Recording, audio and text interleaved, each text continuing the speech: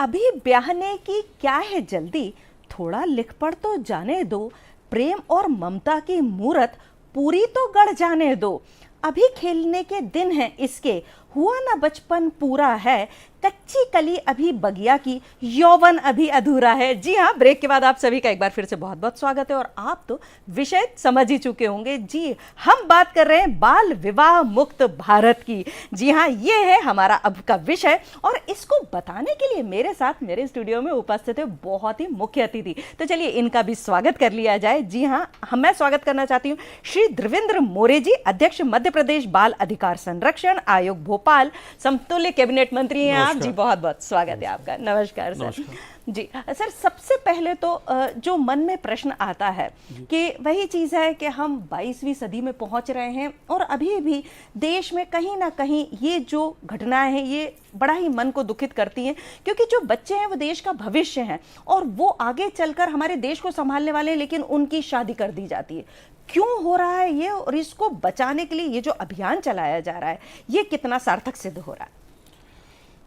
आप पूर्वा जी बहुत सही कह रहे हैं। आज के संदर्भ में कहे बाल विवाह होना ही नहीं चाहिए और हमारे भारत में ये बहुत बड़ी समस्या है और इस समस्या के लिए सभी लोग प्रशासन स्तर पर भी और सामाजिक स्तर पर भी सभी लोग इसके लिए प्रयास कर रहे हैं। एक कोई समाधान मिले कि ये बाल विवाह मुक्त भारत हो जाए। इसलिए पूरे भारतवर्ष में बाल विवाह मुक्त भारत अभियान चलाया जा रहा है। और विशेष करके जैसे अभी ये जो माह चल रहा है उसमें अभी आने वाले जो त्यौहार है अक्षय तृतीया करके, उसमें अधिकतम संख्या में बाल विवाह होने की जानकारी मिलती है। सामान्यतः विवाह ज़्यादा होते हैं उस समय, तुलसी विवाह के समय भी ये विवाह की संख्या ज़्यादा होती है। तो उस समय अभियान लिए जाते हैं क्योंकि अभियान में सारा तंत्र एक ये उद्देश्य के लिए जुट जाता है। लेकिन मेरा ऐसा मानना है कि भारत में और मध्य प्रदेश में भी खास करके ये पूरे वर्ष भर ये इसके अवेयरनेस के कार्यक्रम चलाए जाते हैं। जी जी जी, बहुत अच्छा कि हमें जागरूकता हमारे तक है तो वो दूसरों तक पहुंचाना ज़रूरी है। कहीं ना कहीं वो कहा जाता है ना, घर के अंदर जो मेड है, जो कम पढ़े लिखे लोग हैं, उनको मन में लगता है कि बेटी है, हम क्यों रखें, एक घर का खाने वाला कम हो जाएगा, हम इसको ब्याह दें। कभी कभी डर लगता है, समाज का डर लगता है, जो घटनाएं दुर्घटनाएं पढ़ने में आती हैं उसके चलते उनके मन में एक ये सोच बनी हुई है कि नहीं, बेटी को ब्याह कर दिया जाए तो ही बेहतर है। जी देखो, ये एक विषय बेटी को संदर्भ में तो बहुत बाल विवाह का प्रश्न ज़्यादा जुड़ा हुआ है, लेकिन इसमें बेटे भी सफर होते हैं, ये भी एक विषय है। उस संख्या कम है, बालिकाओं की संख्या अधिक होती है, लेकिन इस दिशा में जैसे सामाजिक परिवेश में हम जहाँ पर जो सामाजिक पृष्ठभूमि है और जो लोगों का सोचने का उस समाज का जो दायरा है उसके अंतर्गत व्यक्ति उसको अपने आप में सुरक्षित मानता है। ये सबसे बड़ी बात है। और आज सबसे जो बड़ा विषय हमारे सामने आता है, मैं जैसे बाल अधिकार संरक्षण आयोग के अध्यक्ष के नाते पूरे प्रदेश भर में जब देखता हूँ तो हमें ये ध्यान में आता है कि लोगों में अभी भी ये विषय नहीं है कि बाल विवाह करना एक अपराध की श्रेणी में आता है। वो सामान्य समझते हैं उसको, हमारा बच्चा हम कर सकते हैं। तो ये अवेयरनेस उनके तक पहुंचाना, अभी शासन भी उसमें लगा हुआ है और पूरा समाज के भी जागरूक लोग जो है, पढ़े लिखे लोग हैं, ये समझाते भी हैं। और विशेष करके जो इसके सफ़र होते हैं वो भी इसके लिए अलर्ट है। अभी बच्चियाँ भी खुद होकर के इसके लिए आगे आ रही है, पढ़ाई के लिए आगे होती है, तो इसलिए उनका विवाह के लिए तो एक प्रकार से रुक जाता है। लेकिन ये समस्या अभी भी बनी हुई है। ये हमारे लिए, जैसे आपने बोला कि हम जिस सदी में जी रहे हैं, ये एक बहुत बड़ा चैलेंज है। और इस चैलेंज को हम सब मिलकर के यदि प्रयास करते हैं तो उस चैलेंज को हम अच्छी तरह से ये करके उसका निर्मूलन कर सकते हैं। जी, हमारे पास कुछ फोटोग्राफ्स हैं तो हम उसके माध्यम से भी दर्शकों को बता सकते हैं। जी, अनुरोध है ये। जी, मुझे ये समझ में नहीं आता, चलिए मान लीजिए मैं कहीं गई और मैंने देखा कि ये हो रहा है, अब मुझे सबसे पहला जो मेरा प्रयास होना चाहिए, मैं कहाँ जाऊँ, किसको शिकायत करूँ? देखिए, जहाँ पर ये घटना घटित हो रही है जिस जिले में, सबसे पहला तो काम आपने तो, यदि जिला कलेक्टर का फ़ोन आपके पास में है तो तुरंत उनको लगाइए, क्योंकि जो जिले में टास्क फोर्स बना हुआ है उस टास्क फोर्स के जो चेयरपर्सन है वो जिला कलेक्टर है, डीएम जिनको बोलते हैं अपन। वो है। और वहाँ पर सारे बच्चों के हित में जो काम करने वाली संस्थाएं हैं, जैसे बाल कल्याण समिति है, वो जुडिशियल पावर रखती है। हाँ जी। और उस समिति के कोई भी व्यक्ति आपके पास नंबर हो तो उनको भी कांटेक्ट कर सकते हैं। 1098 जो बच्चों की समस्याओं को सुनने के लिए जो चाइल्ड हेल्पलाइन है, हाँ उसके ऊपर कांटेक्ट कर सकते हैं। या नज़दीक की आपको पुलिस स्टेशन है, वहाँ पर आप इन्फॉर्मेशन दे सकते हैं। किसी गांव में है तो आप विद्यालय के जो टीचर है, प्रिंसिपल है, उनको आप जानकारी दे सकते हैं। नज़दीक का जो भी कोई सामाजिक कार्यकर्ता भी है, कोई एक्टिविस्ट है, उनके तक बात पहुंचाया करके आप इसके लिए मतलब इस विवाह को रोकने के लिए पूरे प्रयास कर सकते हैं। और जिले में एक DCPO अधिकारी होता है, डिस्ट्रिक्ट चाइल्ड प्रोटेक्शन ऑफिसर, उस ऑफिसर से भी कांटेक्ट करके तुरंत इसके ऊपर निराकरण करने के लिए इस दिशा में क्या प्रयास किए जा सकते हैं, वो सब लोग तैयार रहते हैं। जी जी जी। तो 108 आपने बताया, 1098 जी हाँ, 1098 आप लिख सकते हैं, क्योंकि ये जो समस्या है वो कहते हैं ना कि हम सुधरेंगे युग सुधरेगा। हमें खुद को पहले प्रयास करना चाहिए ना, मुझे क्या करना, उसका बच्चा है वो जाने। हर व्यक्ति के मन में आता है ना कि अरे मुझे क्या करना, नहीं, ऐसा नहीं है। आपको भी कहीं ना कहीं थोड़ा सा प्रण लेकर आगे बढ़ना पड़ेगा, तभी तो देश के जो छोटे छोटे से बच्चे कहीं कहीं जो सफर कर रहे हैं अभी भी इस समस्या का, उससे हम उन्हें निजात दिला सकते हैं।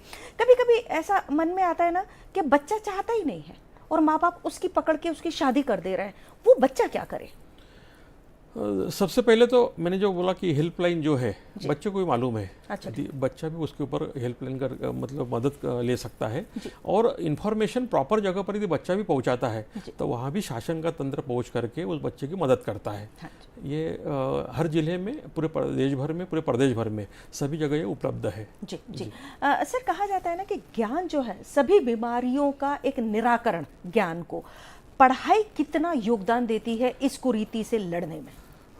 पढ़ाई यानी मैं तो मानता हूँ कि इसमें 100% उसका योगदान है पढ़ाई का। यानी पढ़ाई के बाद में जैसे आदमी पढ़ते जाता है, जो बालक बालिकाएं है, उसको अपना आगे का फ्यूचर दिखता है। और फ्यूचर दिखने के बाद में वो अपने सपने स्वयं बुनता है, मुझे क्या बनना है, मुझे आगे क्या करना है। और ये इस प्रकार की, जैसे मान लो कोई यदि घर में यदि उसको प्रेशर भी करता है कि बाल विवाह करना है तो उसका विरोध करता है। और विरोध करने के बाद में उसको जहाँ पर उसको उचित जगह, जैसे मान लो पढ़ रहा है तो उसका उचित जगह पर पहले तो उसका स्कूल है, स्कूल के प्रिंसिपल को कह सकता है। और प्रिंसिपल उसकी जो इन्फॉर्मेशन है प्रॉपर जगह पर पहुंचाते हैं। और ऐसे भी कुछ जगह पर ऐसे विवाह रुके हुए हैं। तो प्रश्न है कि बच्चे आज के युग में जितने पढ़ेंगे उतने वो, हम कहते हैं कि वो सुरक्षित होते जाते हैं इन सब बातों से।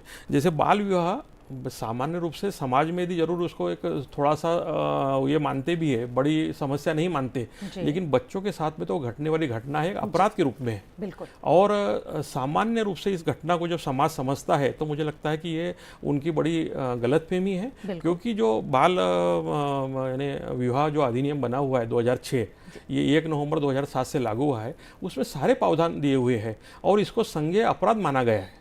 ये बात की नीचे तक यानी ज़मीनी लेवल तक पहुंचाने की हमारी आवश्यकता है। और इसको जहाँ यानी समाज में जब तक ये बात पहुंचेगी नहीं तब तक इसमें थोड़ा सा हम लगता है जो परिणाम जो हमको मिलना चाहिए वो मिल नहीं पाते, नहीं मिल पाएंगे। जी हाँ, तो हमें भी बच्चों को कभी कभी ऐसे देखने को मिलता है ना कि उसका बच्चा नहीं पढ़ने जा रहा, तो थोड़ा सा इनिशिएटिव जो समाज के जो अच्छे जो वर्ग के लोग हैं, चलिए आपके पास फीस नहीं है तो मैं उसका कुछ इंतजाम कर देती हूँ, किसी सरकारी स्कूल में आपका एडमिशन करवा सकते हैं, ये थोड़ा सा इनिशिएटिव लोगों को भी लेना पड़ेगा। हाँ, ये बात सही है कि समाज की भूमिका महत्वपूर्ण है। हाँ जी। क्योंकि सरकारी योजनाएं तो बहुत सारी है। आज हम मध्य प्रदेश के संदर्भ में कहे 2006 से जब लाडली लक्ष्मी योजना शुरू हुई तो बालिकाओं की तरफ देखने का दृष्टिकोण थोड़ा सा बदल गया। उनकी पढ़ाई ठीक ठाक होने लगी। और मैं अभी कुछ जिलों में ऐसा परसेंटेज आया है कि जो बच्चियां लाडली लक्ष्मी थी, लाडली लक्ष्मी योजना से जुड़ी, उनका हायर एजुकेशन तक और अच्छी पढ़ाई होने के बाद में वो आज अच्छी जॉब भी कर रही है। तो सामान्य रूप से ये जो सरकार की योजनाएं आती है वो बच्चों को स्ट्रेंथन करने के लिए आती है, उनको मजबूत करने के लिए, उनको आगे बढ़ने के लिए। और शासन की सारी योजनाएं, चाहे हॉस्टल फैसिलिटी है, आपकी स्कूल एजुकेशन है, उसमें ऐसा कुछ नहीं है कि बच्चे के लिए सरकार की कोई लापरवाही है जो हमारे को ध्यान में आता है। बात यह है कि पालक को इनिशिएटिव लेना पड़ेगा। और जैसे आपने बोला यदि पालक थोड़ा सा निग्लिजेंसी करता है तो उस दिशा में समाज को, और समाज आज बहुत पढ़ा लिखा है। आज हमें कहते हैं कि अपने थोड़ा सा एक सदी पहले जाए तो उस समय व्यवस्थाएं भी अलग थी और समाज की भूमिका भी अलग थी।